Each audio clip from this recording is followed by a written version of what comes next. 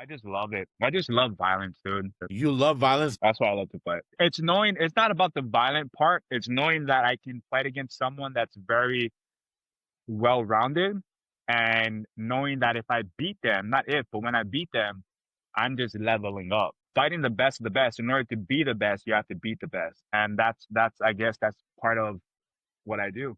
He's wearing a t-shirt that says never made. I believe him. I think he's telling the truth. Welcome back to Never Made Weight. Today we got one of the more interesting people in Power Slap, Kealii, the Chief Kanekoa. How you doing, Kealii? I'm doing great. Nice. That's good to hear, man. That's good to hear. What are you doing? You're in your car? Yes, I am. I have to stop and get some fresh fish. When you're in Hawaii and you finish training, that's the best way to refuel. You have anything on the side with that or no?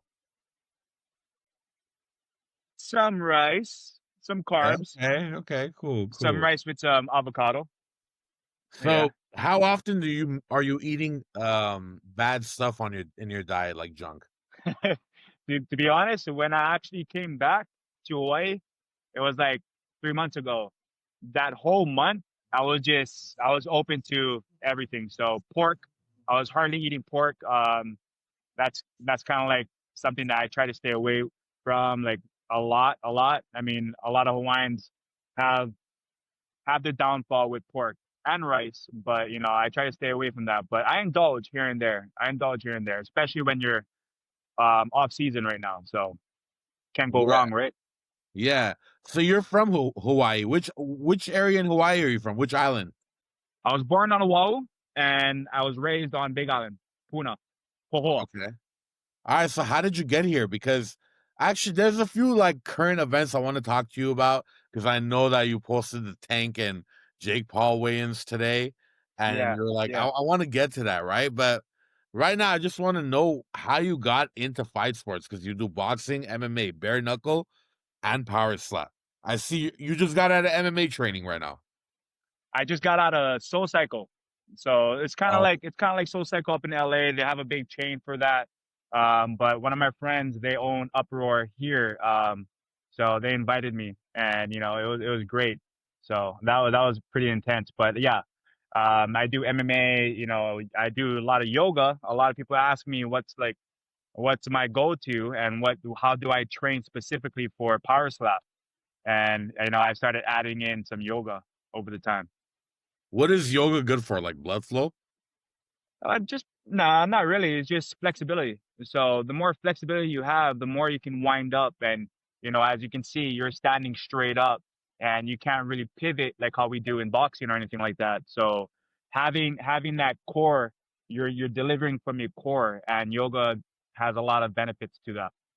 So how did you get to this life? I know you got the power slap later, right? You were fighting for a while. Yeah. How did you get into this as a kid? What kind of a kid were you? What kind of upbringing did you have? I mean, it definitely that plays a bad. I mean, it plays a good and a bad role. Growing up, we were disciplined from our parents here in Hawaii, and it was it taught us how to be more structured and behave a little bit well. But how it got into power slap was shout out to the crazy Hawaiian and his family and everything like that. He was a former champ. Now his brother's a champ too. But I got into power slap because of him. I saw him competing, and it was like, okay, shit, this is taking off. And knowing that we have a president and a vice president that's part of USC umbrella, you know, that right there, I was like, okay, I have to take advantage of this. So that's how I got into power slap originally. I know this might be a stupid question, but you Hawaiians, you guys all know each other before this or no? We knew of each other. There's ways that we progress, and I guess my way was through MMA. The crazy Hawaiian used to do the same thing. He used to fight before, but he started going to power slap. But yeah, we started knowing about each other we started getting, as we started climbing the ranks and being well known. Not just here in Hawaii, but around the world, because of Bellator, because of all the other promotions that I fought for in MMA and of that sort. But yeah, We do. To be honest, in a way, all of us Hawaiians are related, somewhat in a way. So yeah, of course, no matter what, we're gonna connect. No matter where it is in the world, we're gonna connect.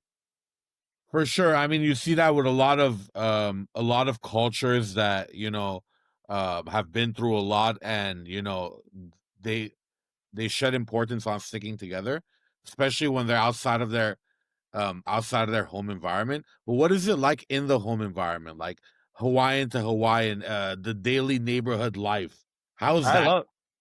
I mean, I love that you just asked that question because I was just talking to my brother about. I'm not too sure if you heard of Oahu Shores. No. It just came out on Peacock. It details the life of islanders that grew up together here on the island, and it's just shedding some light on how they grew up. But we were just talking, me and my brother Pono, we were just talking about the real, you know, itty and gritty stuff that we went through growing up, the fights, backyard scraps, same thing similar to Kimbo Slice and or Masvidal, them, how Yeah. they grew up in Miami and stuff. And, it was just in Hawaiian, hard-headed, it's called kolohe. So we used to be kolohe growing up. Got it. And, we didn't have all this resources or these sports that other people do. And we didn't have, that support growing up. So we would get into a lot of trouble and it would involve backstreet fights, hanging out at the beach, going surfing, smoking some pot here and there, and that's how the island life was. It was a struggle. I like to say it's a Hawaiian roller coaster ride. What percentage of your community was living through the struggle? Did you have any part of the community that was well off financially? Yes, absolutely. Here on Oahu, there's quite a few places, but Waianae is one of the most known places that actually went through the struggle, and they grew up very tough. And it reminds me of the Big Island of where I'm from, where I grew up in Pohoa, and we call it Puna. If you ever heard of Puna from any of the islands, then you know for a fact that you grew up very tough and you grew up in the struggle. So I would say both of those places are very similar, and that would be the low poverty areas of where we grew up. But it's a way, you can go to the beach, you can do this, but we just didn't have that resources. Yeah. Pahoa school, we didn't even have a football team. No, Like, wow. yeah, we didn't have that much things in order to have an outlet in a positive way. So, like I said, we used to get into a lot of fights, go surfing, hang out at the beach, skip school, and all that kind of stuff. Yeah, yeah. I feel like Hawaiians and Samoans just love to fight. The Polynesian love to fight. What is Yeah. it about your culture that all you guys love to fight, you know? I can't say I all you guys, but you guys have a strong presence in power slap and in MMA, you know? There's a lot of yeah. it, you know? Absolutely. If you ever saw Chief of War, that's a perfect example of how we grew up. Island to island, we used to battle each other back then as warriors. So no matter what, it was still in our blood. It was still in our Wow. koko. That's what blood means in Hawaiian koko. And from that time in history, we used to fight against each other from island to island. So Wow. that I would say that fell into the modern times now. I don't know much about Hawaiian history. I would love to look into it. So you just inspired me to look into Hawaiian history. That's insane. Island to island, you guys were fighting. But you've traveled to a lot of cities. Doing all these sports. Where's your favorite place to compete? I would say Abu Dhabi. If it wasn't for Abu Dhabi, I wouldn't have moved to Dubai. And I spent some time out in Dubai, so I fell in love with the city. And it was actually people come to America, to live that American dream. But Dubai, it broadened the horizons for me to see that there's more out there in this world, and you can actually build a platform wherever it's at. But Dubai, I would say I have a strong connection. Dubai is great, but you know what sucks? You can't blaze over there. Yeah, You yeah. know, You can't. You can't. you can't blaze over there. Like it's a Yeah, serious thing. Like you you'll ruin can't. your life. But there's so much opportunity out there. Where is your favorite place to live? Huh. To live, I would say Thailand. If I were to live anywhere in this world and invest, then I would invest in Thailand for sure. Why is that? it just, you know, it's a lot of people go to Bali for spiritual reasons and go for a vacation, but I feel like it's been overpopulated with tourism. So with Thailand, they still have that culture, that old school culture ties, and it's just something about their history with fighting as well. But you know, I would love to invest my money there because it's very inexpensive. You know, it's not crazy expensive like here in Hawaii or California, you know. So I would say it's because of that reason. Got it. And so what do you do? What do you do with your time outside of training? And like you have a different job or Yeah, so I do security where at? all over the island, events, private. I do security with very big names. I worked with quite a few people in San Diego. So that's been great, but it takes up a lot of your time. I mean, if you hung out with any rappers or any, you know, movie stars, they're out and about, you know, unless they don't really live that life. But you're working from 7 o'clock to freaking 7 o'clock the next day. And that's a lot of wear and tear on the body. You need rest no matter what. You need TLC. For sure, for sure. Especially if you're training MMA, BJJ, all that stuff, you know, you're gonna need rest. Um, so what's the craziest situation that's happened while you're bodyguarding or like Oh, security while you're working security? What's the craziest things that's happened? seeing someone get stabbed in front of me and I couldn't do anything about it. I just had to make sure that I protected the client. But yeah, the guy that got stabbed right in front of me, you know, is like I couldn't step in because I couldn't step away from the client. But I saw that happen. You maybe felt a little bit of guilt, but you had to do what you had to do. I had to do what I had to do. You had to do You what know, you had to do, yeah. yeah. So, Callie, I want to ask you this. What are your thoughts on this Jake Paul tank shit? I mean, I'm gonna say it's ridiculous. I saw Dana White. He just posted, or I think it was a while back, but he had an interview either with Logan or something, and he told him straight. It's like, dude, you guys are fighting chumps. You guys are fighting people that's not even your weight class. So having Jake Paul fight against someone that's 60 pounds out, that's freaking insane. So I don't know. To me, it's all about the money, which is cool. You know, that's a bigger paycheck for them. But at the same time, it's very detrimental to your record. You're fighting against someone and then possibly lose because of that insignificant number of weighing super heavy than, you know, Davis. So it can play your ups and downs in it. That's my take. My question is Jake Paul, even with the 60 pounds advantage, is Jake Paul good enough a boxer to land on tank? I wouldn't say that he would do well with numbers, you know, like I know Davis is in and out, and I know it's going to be played out that way. But if he lands a good shot because of that par and because of the weight class, the difference, then yeah, anything can happen. Because you know, whenever we saw Wilder and Fury won, obviously there's no weight difference in that. But you Correct. notice that Wilder didn't do anything besides the 2 times he knocked down Fury. He That's couldn't true. touch him. You know, so now it's just like with a 60-pound weight difference, that one punch might be enough. But to be honest with you, I don't see it because you know, like I'm somebody who's done maybe like 30 boxing classes in my life.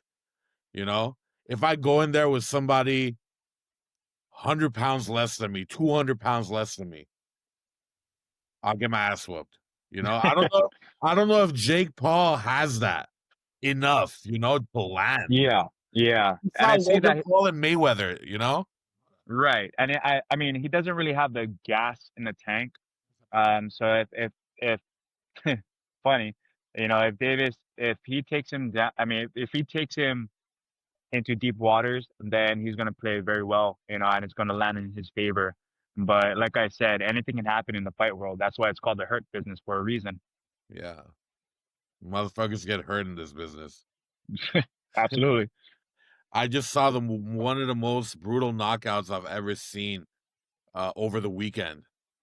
You saw in the UFC Quillen Salkeld.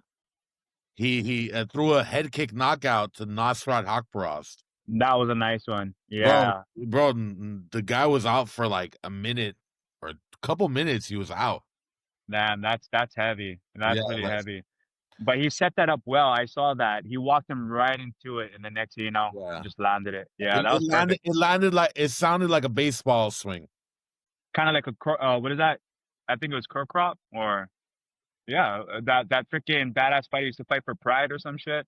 Yeah, the guy that knocked out Crow Cop, right, with a head kick. He was not supposed to do that. He knocked him out with a head kick. Yeah. Yeah, he was. So I know it's supposed to be the opposite, Yeah. right? That was not supposed to happen, but that's why I That's love the crazy. sport, you know. Right now I'm doing a series called Making Weight. It's where I train with different professionals. I go to their gym, I step into their world a little bit, you know. I'm 400 pounds. I mean, I'm dropping right now. So I'm planning to make 52 episodes of that a year, you know, hopefully do some Nice. celebrity boxing you know, later on. But I want to ask you about um I want to ask you about the current state of Power Slap, right? You got Power Slap 17, Babyface defending his championship against Cole Young. What do you think is gonna happen there? You know, Cole's got a really, I wouldn't say intense history, but I can't really go into details about his personal life. But he has that grind, and he stood toe to toe with the best in power slap. So and I can't take anything away from the champ because Babyface, I got to know him a lot more. But I'm gonna have to go with the champ on this one. I'm gonna have to go with Babyface. Yeah, Babyface has like this mysterious aura, like he just Yeah, keeps beating everybody. exactly, He beats exactly. like he knows something somebody else doesn't, you know? It feels the Right. same with Damien the Bell, you know? Exactly. That's another freaking champion too, man. Like the Bell, he's been the longest reigning champion, I believe, for Power Slap. So there's something about them that they're doing it right, in training. The Bell doesn't really post as much of training, but I know behind closed doors that he's doing what he has to do in order to sustain that title. So you got an Ivan Baev fighting Dorian Perez. Yeah. And um DP, that's my boy. yeah, and Dorian Perez, when I talked to Damien DeBell, he held him very high. Yeah. You know, he said like he was like Dorian is who deserves the rematch. But I believe Baev had a pretty cool performance last time. What do you think is gonna happen there? Oh, wait. So that's not the Iron Fist dude. That's not the guy that's coming in from China. No, So no, that's this guy yeah, no. this is the rematch. Yep, Okay. yep. This guy's So, from Kazakhstan, I believe. oh, I know. Okay, yeah, I know who you're talking about. Yeah. Um, I'm gonna have to go with my boy. Dorian he's been around the game for a very long time, and he has a fucking iron jaw. So DP is he's gonna do exactly what he does, and he puts out. He puts out. He shows up. He takes it on the chin, but his striking is precise, and he's not a dirty fighter at all. So. Yeah. Much respect to all the people that's not fighting dirty within this sport. If you're following the rules to the T, then that's what makes you that's what makes you a not perfect striker, but at least a striker that's playing it by the game. Yeah. I mean, just because, you know, if Damien DeBell is, you know, holding your name up high and giving you your flowers, I can tell, you know, there's something special about you. It's just that the Yeah. guy he's fighting, this Naiman Baev guy, I encourage everyone to check out this guy's Instagram. I don't know what this guy's doing, but like he's like putting his body under the tire and shit. Like he's lifting cars and shit. I don't know what this That's ridiculous. bro. Yeah, that's That's kind of nuts. I mean, that's kind of stupid to be honest. So Hey, I'm gonna so I shoot straight forward, you know what I mean? Like ask me anything yeah, and I'll be honest. yeah, I find that very consistent with the Islanders, dude. Yeah. Right? Very Yeah, absolutely. straightforward. Very straightforward. We don't like talking behind each other's back. If anything, we're gonna tell you straight to your face, no Yeah. matter what. So what do you like? What do you see happening with Power Slap in this next few years? The numbers are climbing. The recent one, I believe it hit like 2 point something million views. And then before that, I think it was Power Slap 12 and it was 20 something million views. And that's just insane. So with that, power slap is on the rise. And that's the reason why there's a lot of haters. But until they actually go to an event and experience it themselves, we had a few fighters from the UFC that was just present in the recent one, Yeah. and they were blown away, by the intensity and the energy of the crowd. It's the same thing, but you're stuck in a cage when you're fighting MMA, Yeah. and the only thing that you're zoned into is your opponent. With power slap, you have an open environment, Yeah. so it works to your advantage where you can just soak in that energy, and utilize that. You can utilize that, or it can be your worst enemy, where fear plays a huge role in it. Power Slap 13 was my first event. I enjoyed it so much. Power Slap 15, I brought 7 dudes with me, and everybody was like blown away by this event. Like the actual event when you're there that night is like insane, right? As you Power said, slap 13, environment. was that in Vegas? Yeah. 13 Yeah. and 15 were in Vegas. Yeah, that's the one I think I went against Wesley Drain in Vegas. Oh no, no, actually that's No, before no. that. That's 14. Yeah, You went against Wesley Drained. yeah, Hold yeah. on, hold on. I You, believe so. I don't want to. yeah, I believe you fought 14, not 13 or 15. Yeah, I don't remember. I would have remembered. But hey, they didn't let Yeah, us in for the prelims, man. Why did yeah, they? I know. Uh, Only because. Oh, really? Like the non-recorded prelims? Yeah, the Because there's a non-report. yeah. Um, I don't know. They're just. I guess it's not as big as they thought it would be. But I think Frank just ended up mentioning that on Slap News Uh-huh. about having prelims a part of the card, Yeah, because the prelims, they put on a fucking great show. yeah, There's a lot of people that look forward to the prelims. yeah. So having them a part of the main event, that's something that they should add in. Brother, whenever there's a UFC card, I watch every single fight from the early prelims. It doesn't matter to me, main card, prelims. It's all fights to me. You Right. know? It's all Yeah. fights. It's what I love to watch. Hey, Kealii, I know you just got fish, you just got some fresh food. I want you to eat it fresh, bro. Before we leave. Let's Before, go, baby. yeah, I was hell about yeah, to bro. say. Of course, bro. Trust I me. was, I was just about to say, my guy. I'm a Yeah. connoisseur. I'm a food connoisseur. Before we Nice. leave, okay, perfect. You can So have wait, it. hold on. What Check is this. that? Check this out. This is ahi poke, Okay. and there's some seasoning inside here, but there's a little bit of spiciness inside. Spicy is just my thing. Do you ever eat Mm. cooked fish?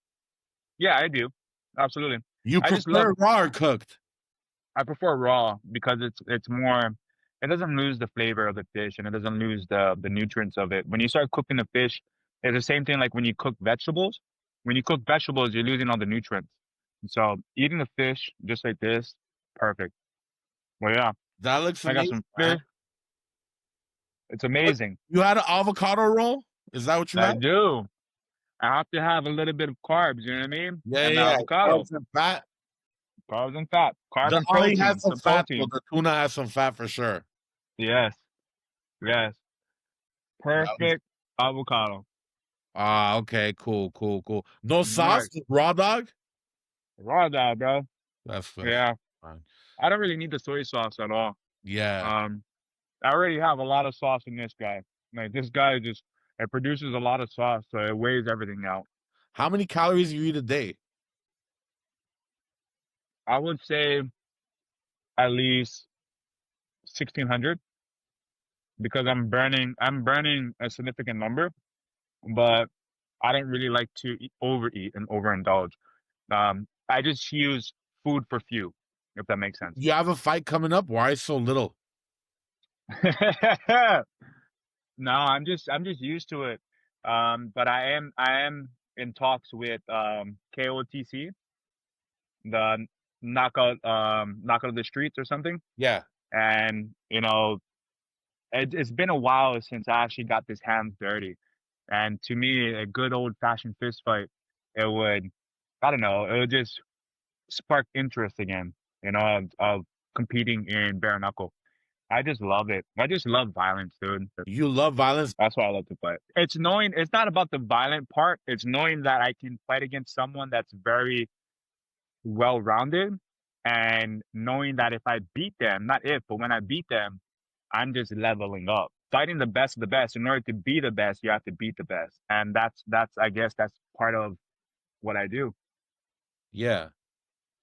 I had a great conversation with Pono probably like a month and a half ago. He was talking about how he's in manager. You have a manager? No. I've managed myself for a very long time. I've been with a manager. Shout out to David Fish and Sean Rappaport because they're a great team. And they're out of New York or New Jersey, but I guess David Fish ended up going with Paradigm, I believe. Uh-huh. And then from there, I've learned a lot of things from them, contracts, sponsorships, and all those things. So I started managing myself. But to answer that question, I was just reached out by my brother's management, and I heard a lot of stuff about their management and the way that he runs the team and stuff. So there's some things behind the scene that I can't really mention, but shout out to the Crazy Hawaiian and his management right now, Curtis Williams. Yeah. They just reached out to me, and I'm gonna link up with them soon. Yeah. Well, what do you want out of this game at the end of it all, right? Like, what are you trying to get out of this? Dana White said it well. Making sure that everyone knows my name and leaving a legacy behind, for the greater good. Having my name written amongst the stars with the greatest of the greatest in this world. That's what I want to leave behind. Got it. You're wearing a shirt with a UFO on it. You ever seen one? I mean, there's a lot of speculation in Hawaii. If you go to certain places, you will see some UFOs. But I'm not really huge into the whole conspiracy thing. I just know that there's a higher being or a higher source out there. Everyone has their different takes on religion, spirituality, and all that kind of stuff. But this is from our sponsor, Wolfpack. Wolfpack. Yeah. And shout out to Head Rush too. They're phenomenal. They Yeah. sponsor all the athletes from power slap to bodybuilding, and much more. That's amazing. That's amazing.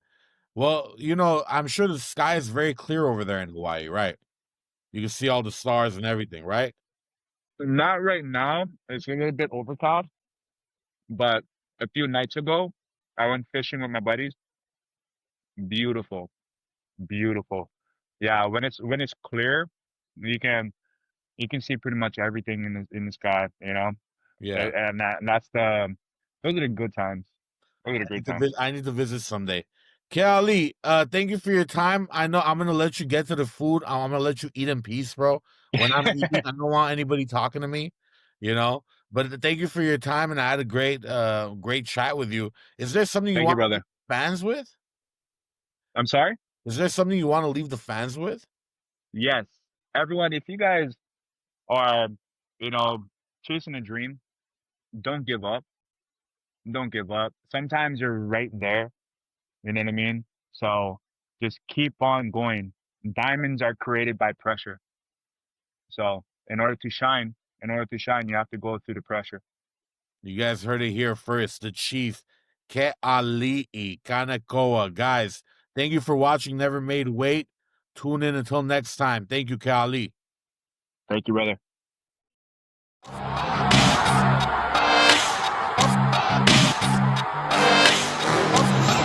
Wearing a T-shirt that says "Never Made." I believe him. I think